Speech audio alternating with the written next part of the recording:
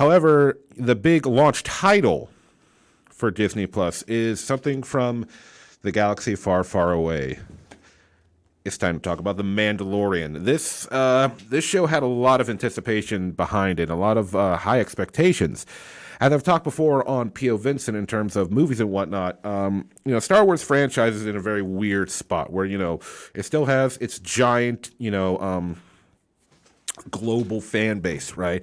Still millions and millions of Star Wars fans around the world. But the movies, since they've been under Disney's stewardship, have had some problems.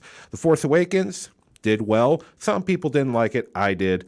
It wasn't a perfect movie, but it made me feel like Star Wars again, which was the purpose of the whole film. Then you had Rogue One, which I liked Rogue One, but I just thought the main character was boring, unfortunately, which brings the movie down a lot for me. And then you had, The Last Jedi, which was an extremely divisive film. I've talked about it for many times before, so I won't go into it again. And then you had the Solo movie, which I liked it. I just think The Last Jedi kind of put it in a bad spot. Plus, there was some behind-the-scenes tumult. Not a perfect movie, but enjoyable. So now, of course, we have Episode 9, The Rise of Skywalker, coming out in just a couple weeks at the time of recording this, of course, which I will be reviewing on P.O. Vincent. Special guest, my buddy Chris Mohan, will be on that episode. But now we got to talk about The Mandalorian, which is, the Disney Plus launching title. It is a Star Wars TV series. And let's get into it. So the show is about the titular Mandalorian. He is a bounty hunter. And some maybe people, if you've watched Star Wars before, you'd be like, "Hey, isn't it that Boba Fett guy?" Well, no, it's not Boba Fett. Boba Fett was a Mandalorian. This guy's also a Mandalorian. It's just they come from the same group, I should say. The Mandalorians are this clan of warriors slash hitmen, assassins, if you need someone killed, you get a Mandalorian, you're going to get the job done. And this tells the tale. It takes place. I'm not exactly sure of the timeline, but it definitely takes place after the events of Return of the Jedi, and it looks like it's taking place right before the events of The Force Awakens. At least it appears to be, because I haven't heard anything about them talking about the First Order or that kind of stuff yet.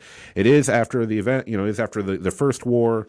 And it's just, it's the Mandalorian. Seems to be in the Outer Rim area of the Star Wars universe, which is like the dank, dingy areas where like the Republic really has no presence. And it's just people trying to get on with their lives, however which way they can. For the Mandalorian, that's bounty hunting. And he's a damn good one, too. And the first episode opens with him just walking into a bar and taking out like these two big, strong, mean-looking guys just so he can get to his actual bounty. And he's a tough dude. It's just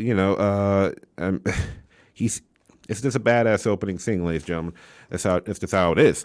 Not super complicated. Like, he's not super martial artist, but he's down and dirty and effective punches, kicks, blocks, that kind of stuff. Of course, he's got the classic, like, weapons, the same kind of weapons we see, like, Boba Fett, the most famous Mandalorian. He's got, like, a flamethrower. He's got, like, a little grappling hook thing. He's got a pretty standard blaster on the side, but one of the cool things about this guy's weaponry, he has this big long rifle on his back, which I think the first time the Star Wars fan base ever saw that type of rifle was during the animated section of the very infamous Star Wars Holiday Special. But it's a very cool weapon. It's like a giant cattle prod, but at the same time, I think it's called a pulse rifle. I think that's what they said in the show. And it just vaporizes somebody when you shoot it at them. Oh, they just turn to like barely any ash left to scoop up after you hit them with this damn thing. But it's also not overpowered. Like, it only fires one shot at a time, then you have to reload. So I like that. I like that in balance, because if you could just go, then the fucking Mandalorian, nobody be fucking with him. He'd be taking out motherfuckers left and right. So yeah, I like that may seem like a small detail, but I like balance in a character's weapons, his repertoire, his abilities, his skills. Because, you don't want him to come off like too overpowered, because then, what makes him such a good bounty hunter, But when you start to look at his outfit more, you see the Mandalorian armor that he is wearing is definitely, it's weathered, ladies and gentlemen. It's got bumps, scratches, dents in it, and the paint job looks horrible. You can tell the Mandalorian is just scraping by. He's just taking, he's good at his job, but, there's only so many bounties to go around in the galaxy, and he's doing what he can, but he's still skilled. So the real premise of the show starts when he takes on a huge bounty. a very underground, not an official job, an unofficial job. But he has to because he's desperate for money, and he is part of a small little Mandalorian clan that we see in the episode. So it's not just for him. He's he's trying to get by. He needs his money, but if he can help his fellow Mandalorians, so be it. And the job is a job given to him by some remnants of the Empire, not the First Order. These are not First Order people. Maybe these are represent the beginning of the First Order, which I think is definitely possible. But these are definitely, remnants of the Empire, classic stormtrooper outfits, but they're all dirty and rusty. You can tell like they're falling on hard times. But the mission is go to this planet, find this asset, kill asset, return with proof of death of asset, and we will handsomely reward you with I forget the type of, some kind of, something very special to the Mandalorian and his people.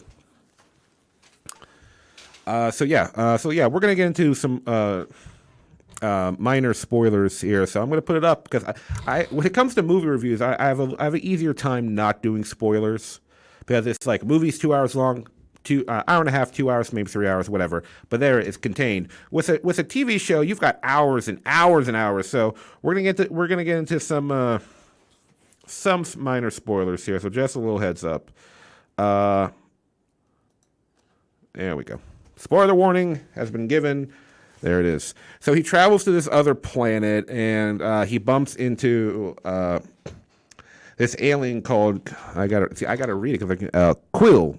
Quill's voiced by Nick Nolte, a guy you don't see very often anymore. Well, actually, he was in Angel Has Fallen, the Gerard Butler action film, which is part of the Fallen series. Olympus Has Fallen, London Has Fallen. He was in that recently, so maybe Nick Nolte's starting to get back on horse because you don't see the guy that often. You wouldn't know it's Nick Nolte because he's just voicing over like an alien. But yeah, and he takes him. It's like, okay, yeah, here the thing is in this fortress, just had to be guarded by all these marauders and stuff. And now the Mandalorian has to fight through like a small army.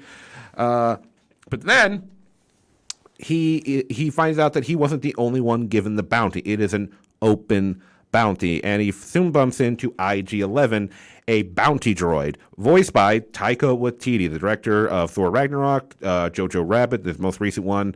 What was the other one? What We Do in the Shadows, I think. I'm probably getting the title of that wrong. But yeah, so voiced by Taika Waititi. So already this show has such an impressive cast, right? Because you got Pedro Pascal, who plays the Mandalorian, which most people probably know him from Game of Thrones. That he was in Kingsman 2. Won't hold that against him. But yeah, so you got Pedro Pascal. You got Werner Herzog playing the client, though the guy from the Empire giving him the job. Taika Waititi. We got Carl Weathers playing basically the guy who gives all the bounty hunters the bounties. Like here's the bounty. Here you go get it. Yeah, a lot of fun names, and as we'll see in later episodes, we get more and more. I mean, hell, comedian Bill Burr is going to be in The Mandalorian at some point. Before I press forward, I should let you all know that so far I've only watched episodes 1 through 4. Episode 5 came out the other day, but I've been a little busy. So this is where I am, episodes 1 through 4. We're still in episode 1 right now as I speak.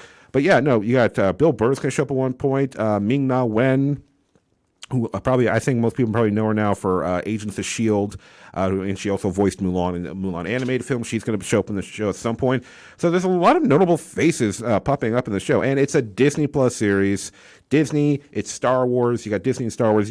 People scramble to be part of these franchises and such. And hell, I mean, you got Jon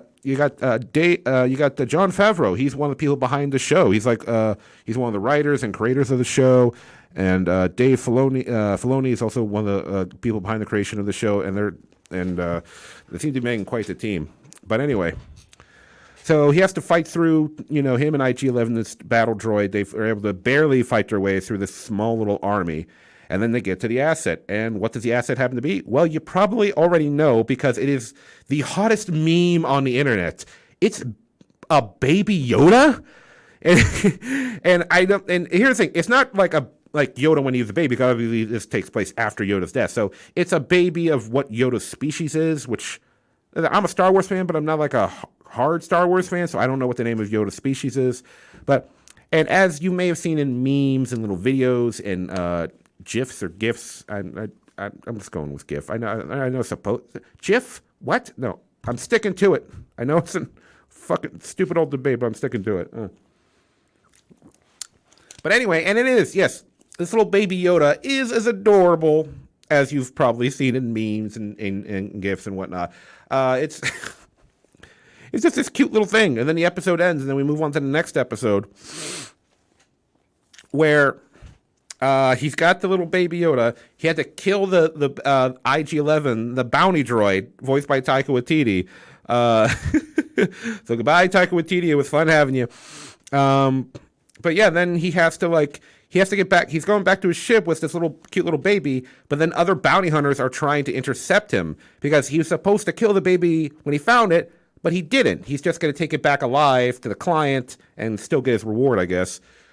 But then he's attacked by other bounty hunters. He runs into some Jawas who scrap his ship. Now he's got to track down these Jawas and get the money back. And then Quill, the Nick Nolte character, he has to help him out again. And the Jawas won't give him back his shit, so he has to fight a mega super rhinoceros creature. And then he has to get the egg from the thing, and if he gives the egg to the Jawas, they give it back. And here's one thing, like in this scene where he's fighting this giant space rhinoceros, it's down and dirty. There's literally fighting in a big mud puddle thing, and he's getting covered in mud. I mean, his armor's already once again, I said earlier, really scrapped and weathered and all this stuff. But now he's just covered in mud and dirt and all this. And that's one of the things I do like about the show. The show has a dirty, lived-in feel. Like the old Star Wars movies had that. That was mostly due to the fact that budget restrictions and they couldn't keep the sets as nice and clean as they probably wanted. You know, famously, a lot of people talk about in the first Star Wars movie, Darth Vader, his helmet had fingerprints and smudges all over it because nobody was polishing that thing down. But it helped the aesthetic of Star Wars, and showing the galaxy's a dangerous place, and everything's nice, and it's that dirty feeling. And this show does do that. It does it with the lighting. It does it with the set pieces. Just like I said, we see the remnants of the Empire. You see stormtroopers in dirty, rusty armor. It really helps. And you see, the Mandalorian, his armor is all messed up, and you see all these bars and places are all dirty and dingy. They're like the dive bars of the universe. It really gives that feeling of this is like an old school Western. And that's what the show is. It is technically a Star Wars show, but it's a Western in space. I think it'd be, I would say it's a Western set in a science fiction universe more than a sci-fi show that has Western elements. And, a lot of people, Westerns, there's part of Americana, people love them, and this is definitely a different take on it. And, as we go on through the episode, he discovers that this baby Yoda is in fact connected to the Force very strongly for a little kid. So I don't know. I guess Yoda's species is just naturally connected to the Force. I'm sure there's some Star Wars fan watching this right now going, yeah, I'm going to write down the history of it down in the comments section. But anyway, all right, so I'm going to cut out the spoiler section because there's not too many other spoilers I wanted to get into. So one of the things I do think about The Mandalorian is, like I said, this is really a Western. He's an outlaw. He's not, the sheriff that guards the town and, he has to fight off an entire band of bandits. No, it's not stuff like it's, he is an outlaw. He's a bounty hunter. He's not taking out criminals because, it's the honorable thing to do. This is work, plain and simple. You got a bounty on your head. I need money. I got to fuel my ship. I got to repair my armor. I have to give back to I have to give what I can to other Mandalorians. This is business.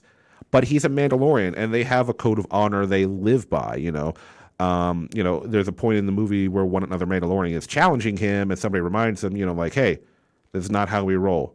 This, these are the laws and rules we live by. This is the way. That's their saying. This is the way, and that is his way.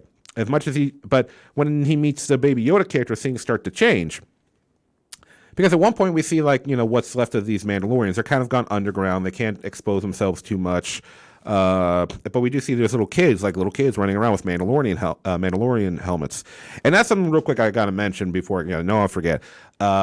This movie has a bit of a Judge Dredd vibe because the Mandalorian never takes off his helmet. You never see his face. And that's also part of their code. They cannot take off the helmet. You cannot reveal your face to anybody else. If you're in private, in your home or your bedroom, whatever, no one's around, you can take your helmet off to eat, wash up, whatever. But if you're not even in front of other Mandalorians, are you allowed to take your helmet off?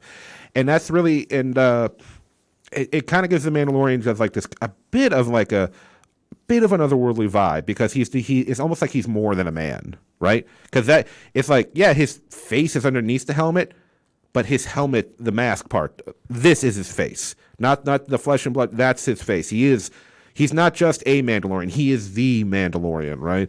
It's a lot more than that, and it definitely represents, because people ask him about taking off his helmet in the show, and you can tell it means a lot to him that he's happy to be a Mandalorian, because as they show earlier in the show, like his parents died at a very young age, and the Mandalorians took him in.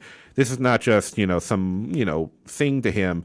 Bounty hunting is work, but being a Mandalorian is more. But just it happens to be bounty hunting just happens to work out well for Mandalorians, because they are seem to be a race of warriors, and I like that. I hope that he never takes off his helmet. Like, I think this show also already got greenlit for another season, because it's doing so well. It's doing incredibly well, actually. But even if they got to a second, third, fourth, fifth season, I hope he never takes off his helmet, because this is his face. It's like, with Michael Myers, he puts on the mask, the white, William Shatner mask. That's his face. Well, what's underneath the mask, that's not his face. This is Michael's face. This is the Mandalorian's face, Yeah. Let's talk about the special effects for a minute. The special effects are really good, right? For me, this, as I've said before, I'm a little nitpicky. I think they're just shy of like your typical high budget Disney movie, but for a TV show, they're fantastic. They're definitely better than what you see in a lot of they're up there with the special effects. And as much as I hate, well, not hate, we'll go with hate.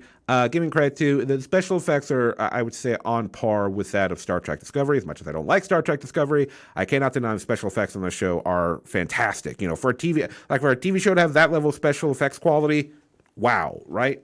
So yeah, special effects are great. And as for the Mandalorian, he meets people along the way. Like I said, you got the Nick Nolte alien in one episode. In one episode, he ends up in this village where we meet Gina Carano's character, and he makes an ally there. And it's just this journey. And now that he's got the Baby Yoda, all these other bounty hunters are after it. And we'll get back into spoilers real quick. I'm all over the place, ladies and gentlemen. I apologize. Basically, he hands over the Baby Yoda to like the Empire client. And he realizes, they're probably going to dissect the thing, kill it, do whatever. So he storms the Empire.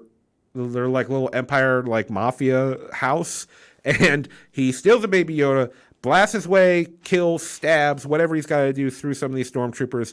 When he gets out, all the other bounty hunters, their tracking systems start to pick up like the kid is back out in the open, and next thing you know, he has every bounty hunter in this small little town after him. But then the entire fucking Mandalorian clan comes out of nowhere, and it's like a dozen Mandalorians, all around blasting, and it's a freaking epic moment. Epic. But now, because he screwed over the client, the bounty is still open. The bounty's still on this little Baby Yoda. So he has to go into hiding. He goes out into deep space. And that's where this shows, he's kind of a stone cold bounty hunter, but that's more about, who he is as a person, saying he owes nothing to this little Baby Yoda kid. Nothing. Only thing he owes to is himself and other Mandalorians. But he knows deep down inside it's not right. It's just a kid. It deserves better. And that's because, he had, probably mostly because he had a rough time when he was a kid, losing his parents. So now he's just become this like unofficial daddy, this little Baby Yoda, which leads to a lot of cute little moments. I'm sure some of you have seen the little clip that's been going around the internet where they're in his spaceship and the Baby Yoda's just like pressing buttons to see what they do. And, so Good stuff. So The Mandalorian, episodes 1 through 4, I'm really enjoying the show so far. If you haven't checked it out, it's, especially if you already have Disney Plus, maybe you're just going through and listening to nostalgic stuff, watching old movies and TV shows on there, please check out The Mandalorian. I think it's one of those shows where it's like, yeah, it helps if you're a Star Wars fan, because there's certain things, You'll understand things you'll pick up more here and there. But if you're not a Star Wars fan, I still think this show can work for people. I think it's just that good of a show, and I think it's definitely a better representation of what new different things we can do with the Star Wars franchise than what's been tried so far. I think it's definitely doing better than the Rogue One did with the darker side of the universe. Han Solo tried to do that too, but it was a little more lighthearted. Well, this is pretty serious. There's some funny moments. There's a little Baby Yoda. There's definitely gonna be some funny moments. But yeah, no, I think this show is it's just very well made, well acted. I haven't had any complaints about any of the actors thus far. So yeah, respect to Jon Favreau and Dave Filino for putting this show together. It's really good, and I'm happy, and I'm excited to watch the next episode, which just came out a couple days ago. So I'll definitely be getting around to it. But yeah, guys, ladies and gentlemen, if you have not seen The Mandalorian, please go check it out. I think you'll be very happy with it. And every episode you watch, you'll want to watch another one.